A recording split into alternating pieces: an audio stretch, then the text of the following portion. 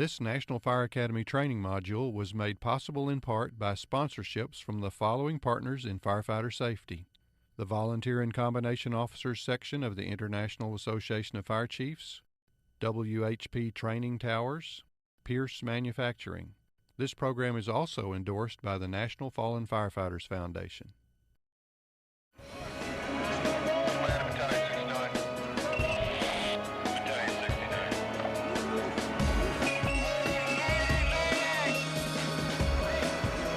These can be the three most frightening words heard on the fire ground. It means your team responded to a call for help, but now one of our own is in danger and needs help. The Rapid Intervention Crew is activated. The RIC has received special training and drills on various techniques to find and rescue downed firefighters. Thanks to Department SOPs, everyone from the incident commander to the rookie firefighter knows their job when a firefighter calls a Mayday.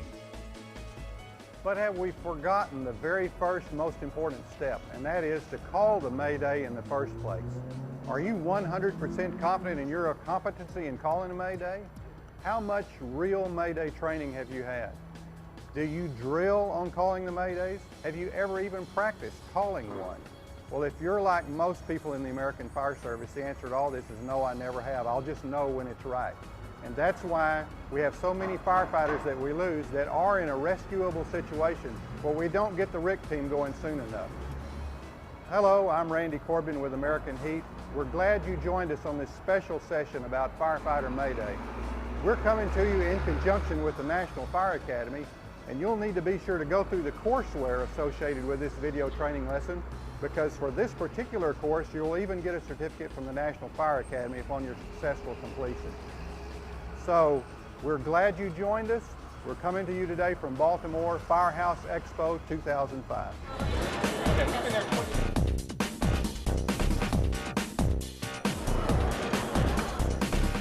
Here we'll drop in on a Mayday calling drill to discuss calling a Mayday, identifying Mayday parameters, and Mayday training and drill needs for the fire service. We'll also learn the definition of a Mayday and identify Mayday decision-making parameters. In other words, when exactly you must call Mayday. In order to begin, we need to understand what a Mayday is. For that, we need to go back in time.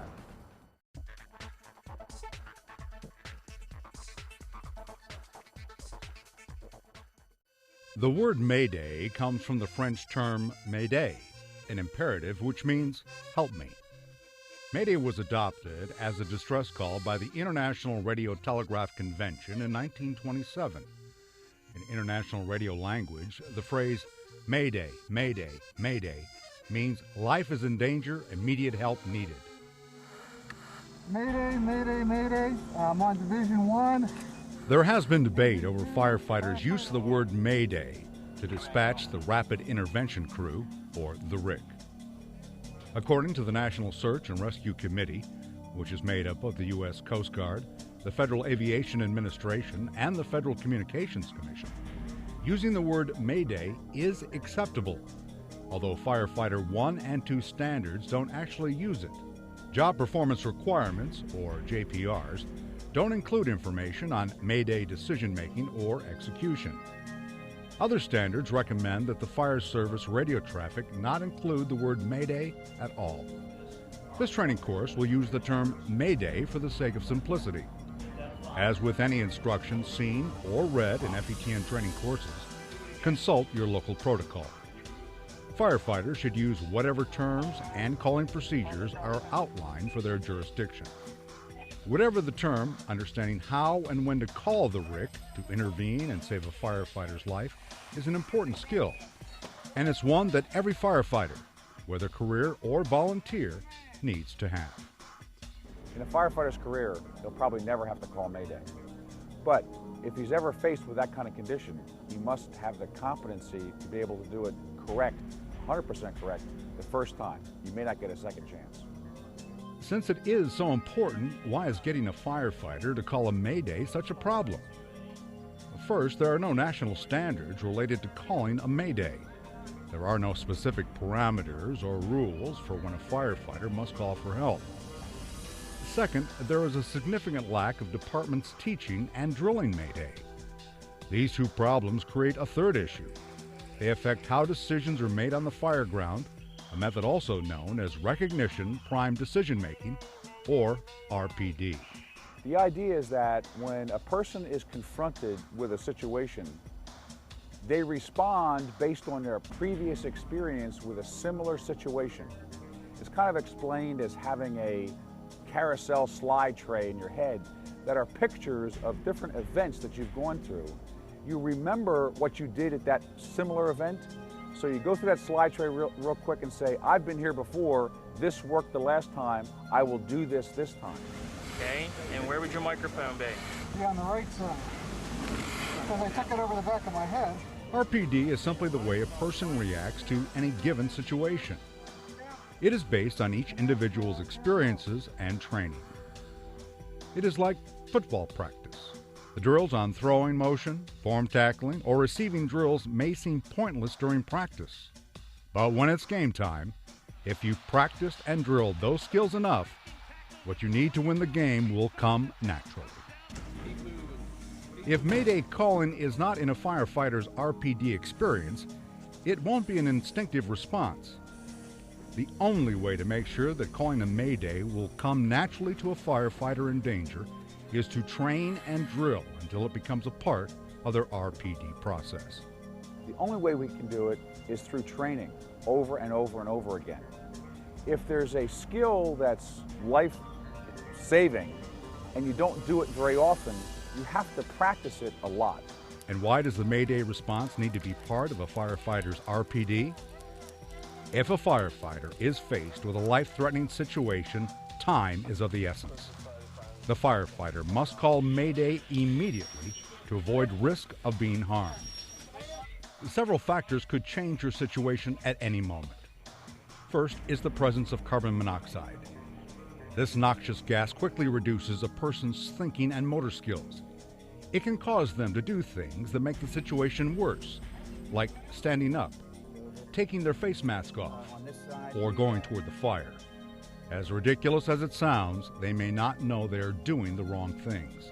Second, the fire will probably only get bigger, making a bad situation even worse. The third reason to call a Mayday immediately is your air supply. With every second that a firefighter spends breathing from an SCBA, air is running out. The fourth factor is that once a Mayday is called, the rapid intervention crew has to have enough time to respond. Firefighters will risk their lives to save one another, but they need enough time to find a trapped firefighter and even more time to get them out. Being a firefighter is a hazardous occupation. The building's on fire, conditions are getting worse, and a firefighter really doesn't know what's going on except in his immediate area. So if he falls into a Mayday parameter, he needs to call Mayday right away because his window of survivability closes quickly. He's running out of air, the fire can be getting bigger, it's a very toxic environment. Somebody has to come in to rescue him. So all those kinds of things require him to call that Mayday immediately if he's faced with a Mayday parameter. Firefighters think they can get themselves out of anything.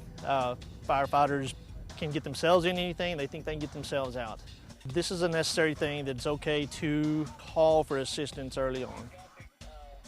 The only correct response to a life-threatening situation is calling a Mayday immediately.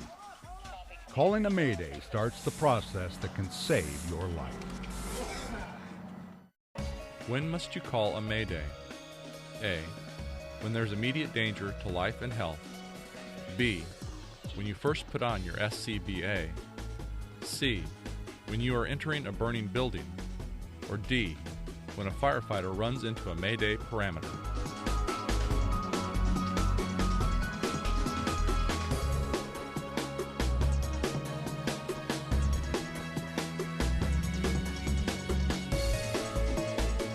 The answer is D.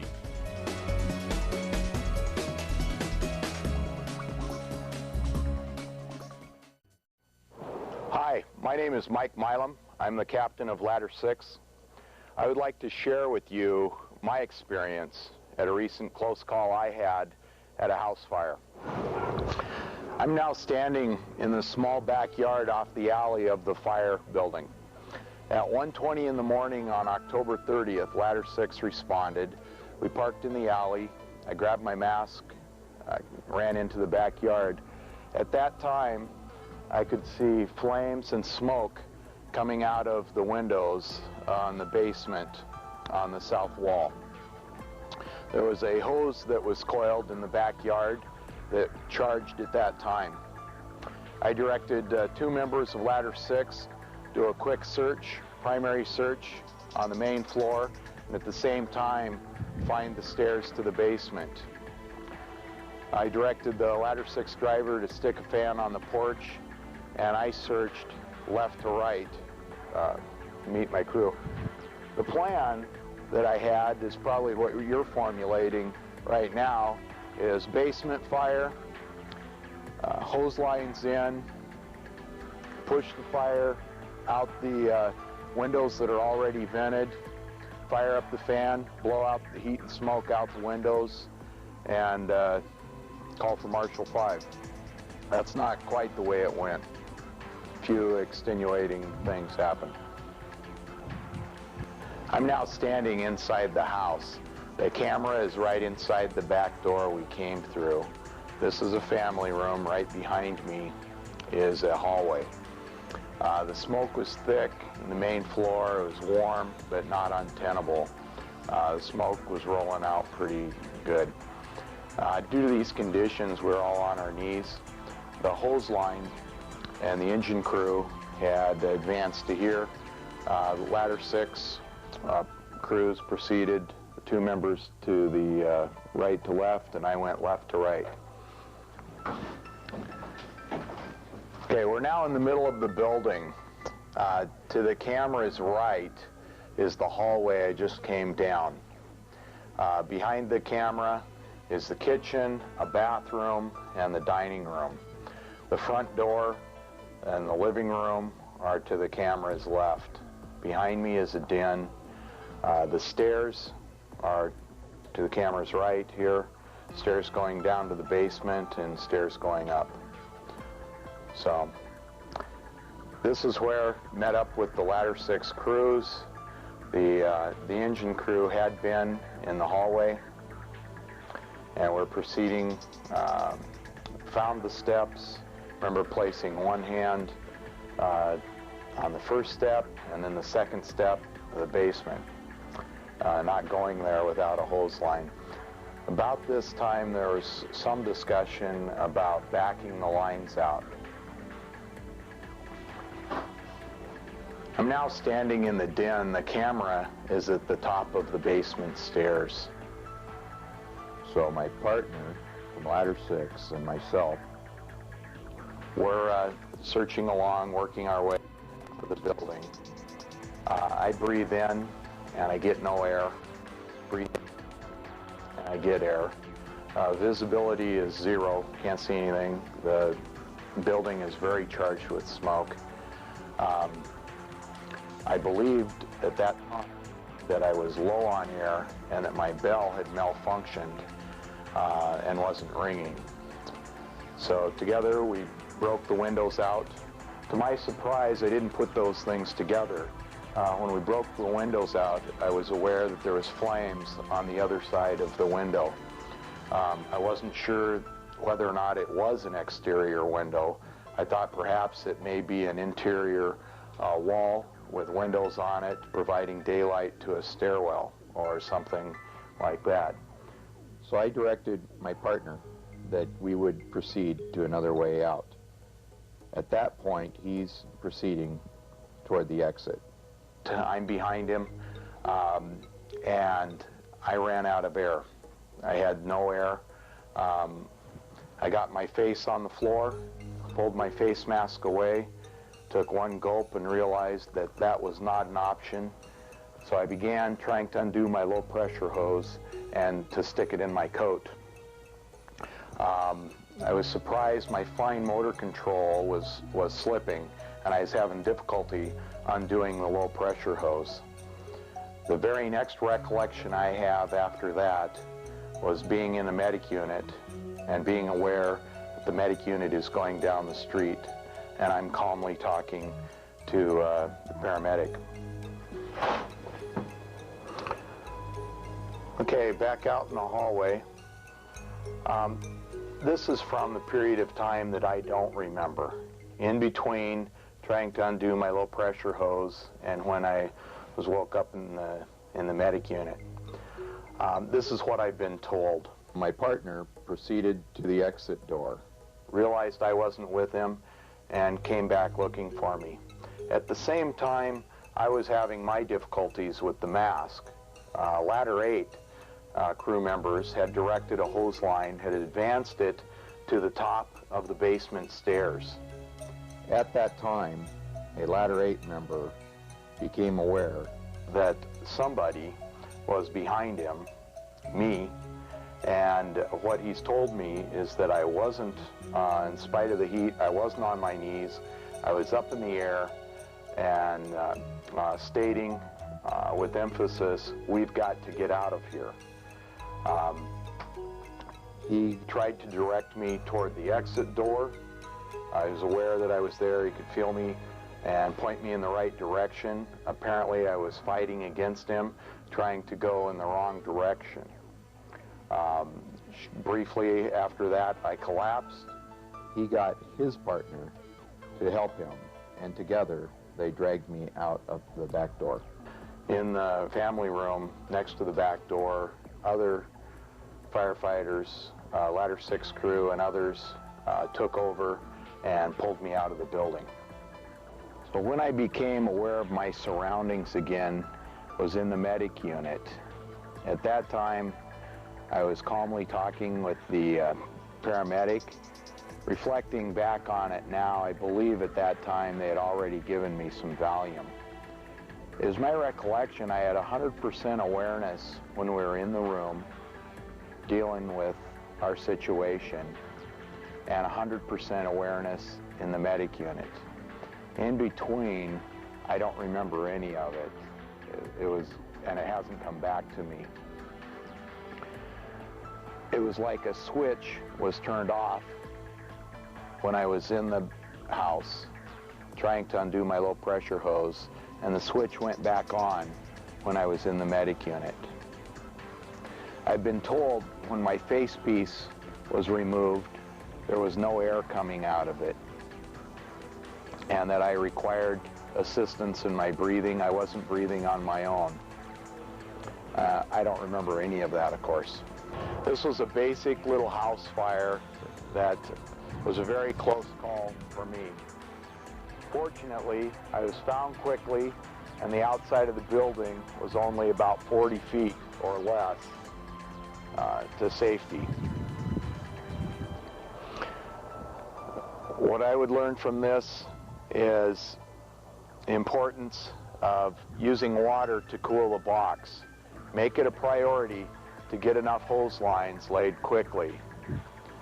Mask training, something I have overlooked, needs to include procedures when you are unexpectedly and instantly out of air.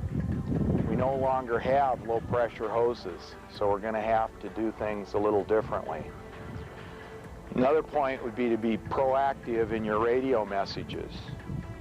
It's a little bit embarrassing for me that I got in trouble in such a basic little house fire, and I was reluctant to really say that it needed some help. But obviously it would have been prudent to call for help sooner. So if you are getting in trouble, communicate that. On a more global perspective, I would add the following comments. Whether you're 25 or 55, the better shape you're in, the better your body's going to be able to handle whatever trauma comes your way.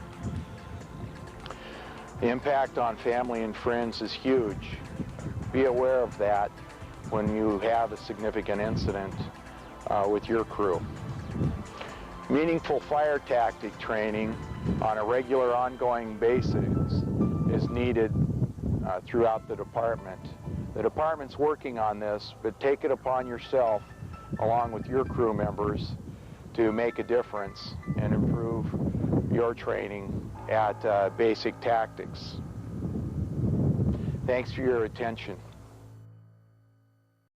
As you can see from Captain Mike Milam's story up there in Seattle, it's amazing how quickly a firefighter can be incapacitated when things go wrong.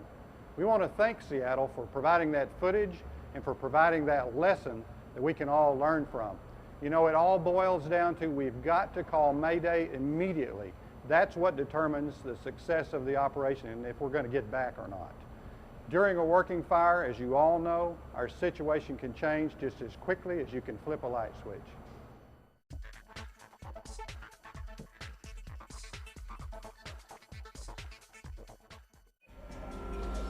The option of calling a Mayday must be in a firefighter's experience bank in order to come naturally when that firefighter finds him or herself in a life-threatening situation.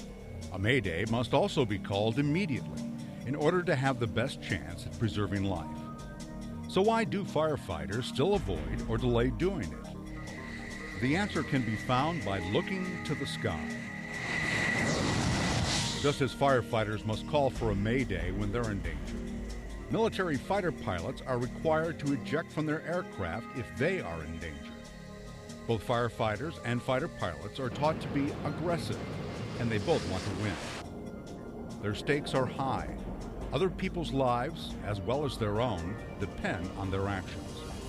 Obviously, ejection is taken very seriously. No pilot wants to lose their aircraft or their life. But unlike calling the Mayday, there are regulations in place that dictate exactly when pilots must eject. This set of rules dictates exactly when a pilot or crew member has to eject. They are written as if-then logic statements. For example, if the plane is out of control at 10,000 feet, then eject. If the nose gear is not down, then eject. If you lose hydraulic pressure, then eject. Each type of aircraft can have a different set of ejection parameters. Pilots have to memorize these rules and periodically recertify in order to keep flying. These regulations are not optional. If a pilot or crew member is confronted with an ejection parameter and does not eject, but survives, they are actually disciplined for not ejecting.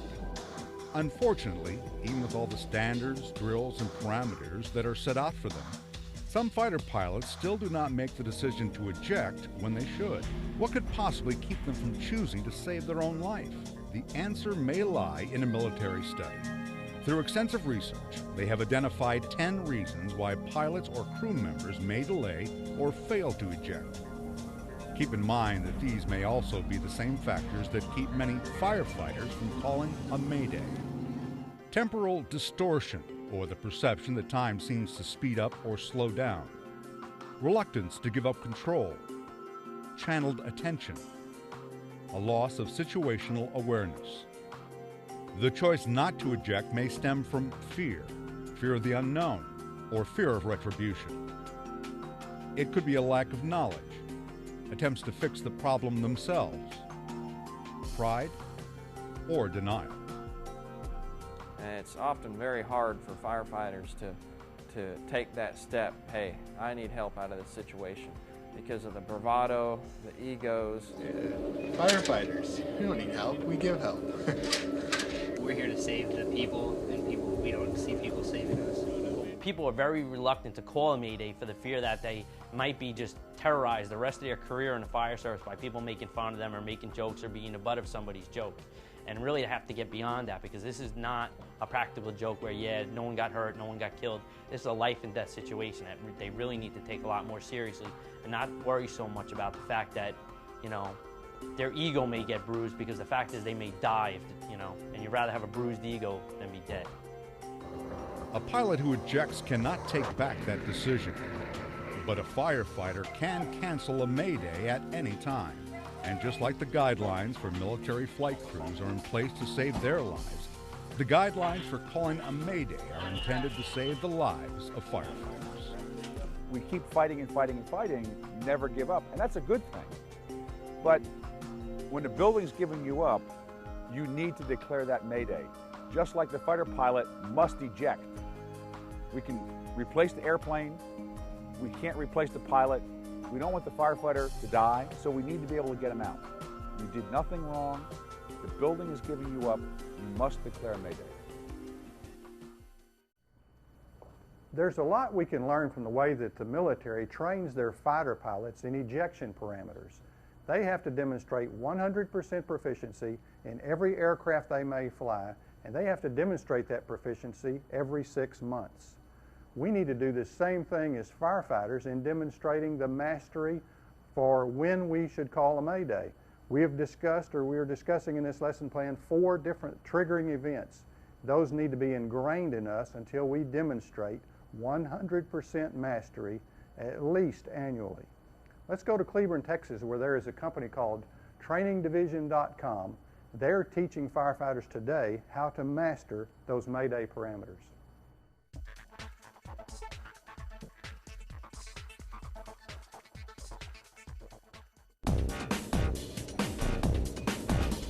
In May of 2005, 23 firefighter recruits battled smoke, fire, and 100-degree Texas heat as their instructors put them through training situations that simulated hazardous, life-endangering situations and required them to make the decision to call for help.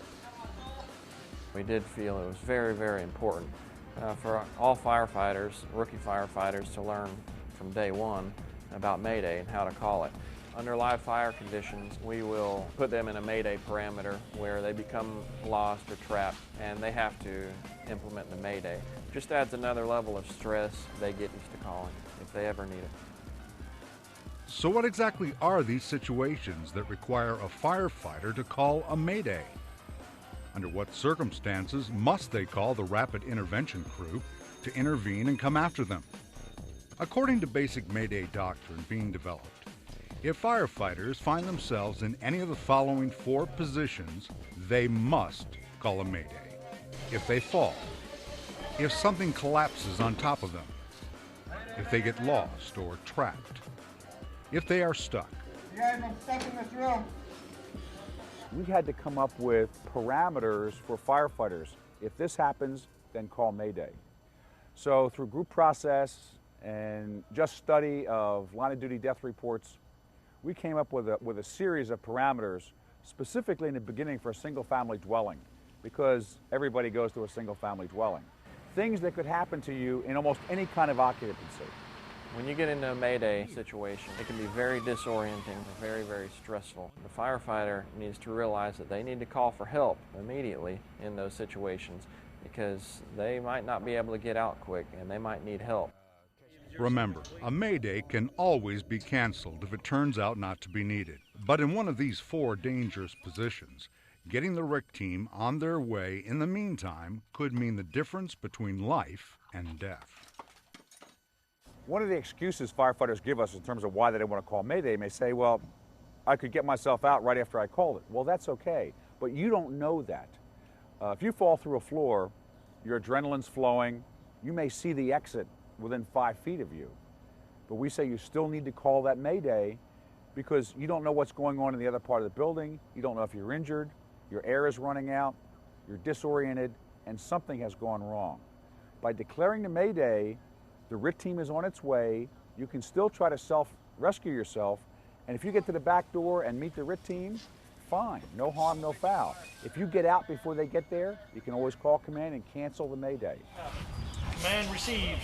Firefighter Baker, engine 1, self-extricating. We'd rather cancel the RIC team than not have it when we need it. Which of the following conditions is considered a Mayday emergency? Is it A, when there's a loss of water pressure on the fire hose? Is it B, when the low air alarm on the SCBA unit activates? How about C, when a firefighter falls through a roof or floor? Or is it D, in case of a radio malfunction during a fire attack? The clear answer, of course, is C, when a firefighter falls through a roof or floor. Falling, whatever you may be falling through, is one of the 4 Mayday parameters. While the other answers may be part of what causes a Mayday to be called, falling through a floor or roof constitutes a call for Mayday all by itself.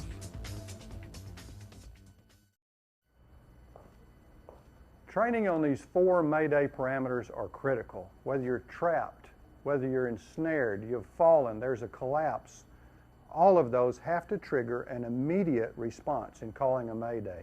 This is called recognition prime decision making. All this training and the purpose of these drills is to make that automatic in your mind so that when it happens, you're going to have the right response. You're practicing the skills that will save your life in a crisis. Let's go back to the expo and see how these drills are done with props to get that learning into the minds of firefighters so they take the right action when a mayday is appropriate.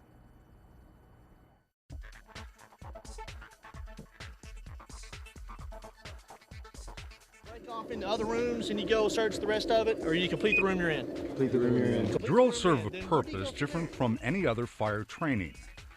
They draw on the hands, fingers, voice, and 5 senses to teach in a unique way. To capture another set of drills designed specifically for Mayday training, our cameras traveled to Baltimore, Maryland to the 2005 Firehouse Expo.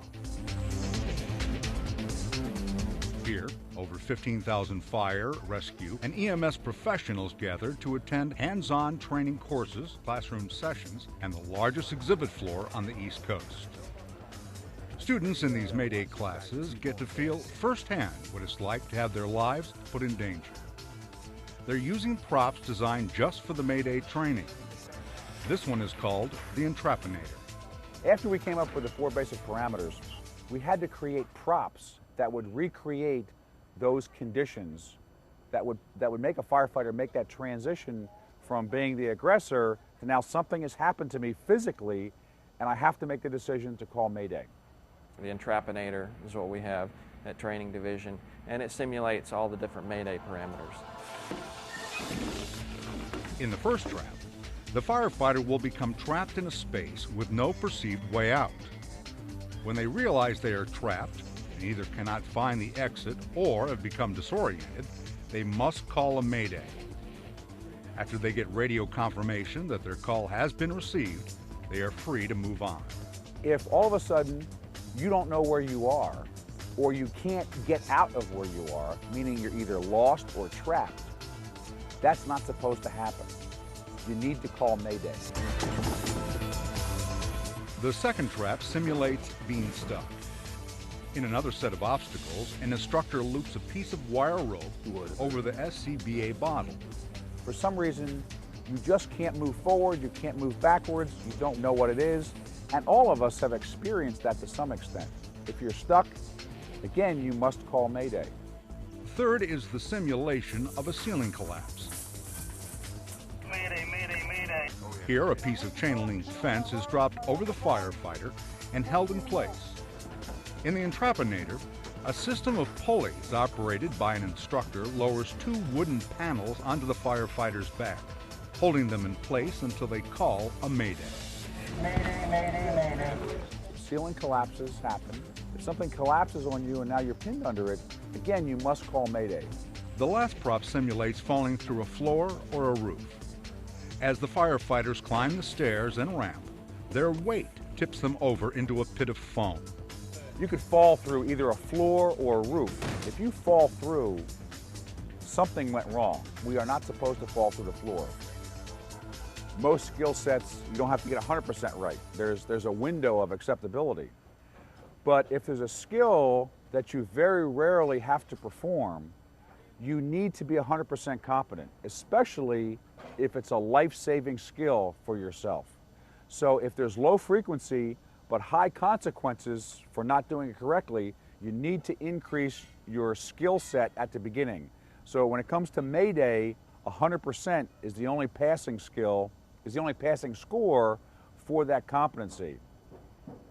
You're not going to get to do it again in the real world.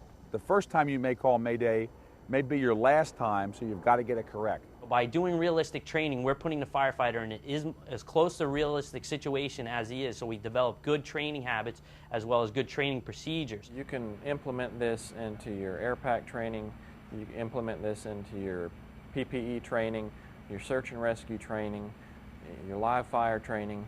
You can implement this into all aspects of training. It doesn't take any additional time. Actually doing it in a live situation with fire around them, with smoke and low visibility, it's just a whole nother animal, because you can do it in the classroom all day long, but getting the experience of doing it in smoke and heat, in full gear, 100-degree weather, it'll test them, put them through the test.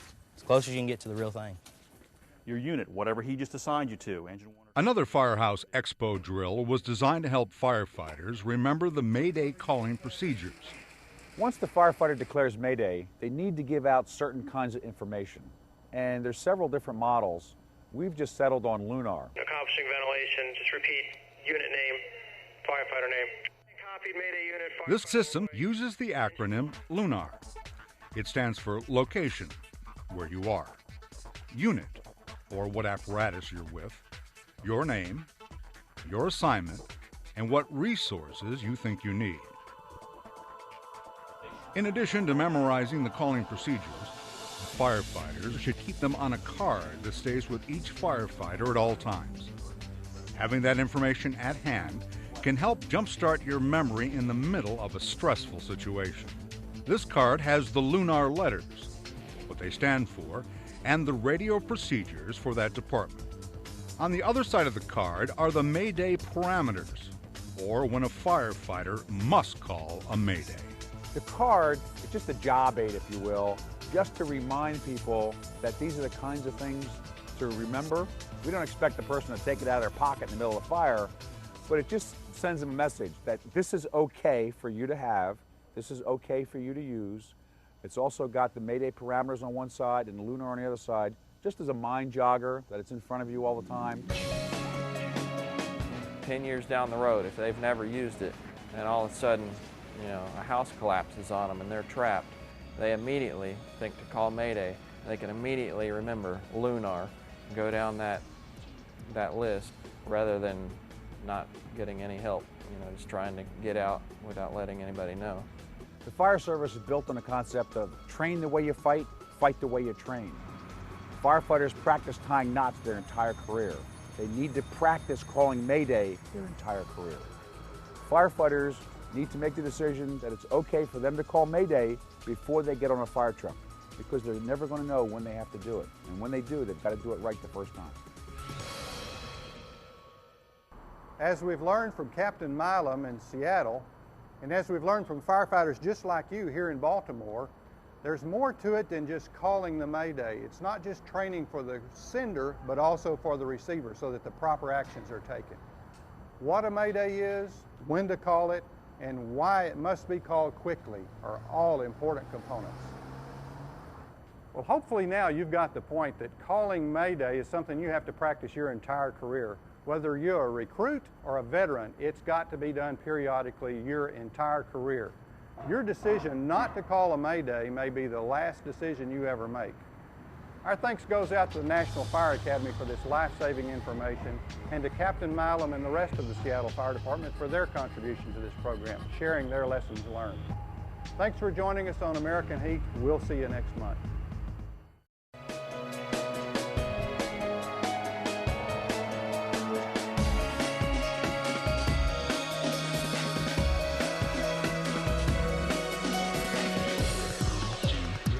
The VCOS Pierce Initiative began in 1999 as a dream.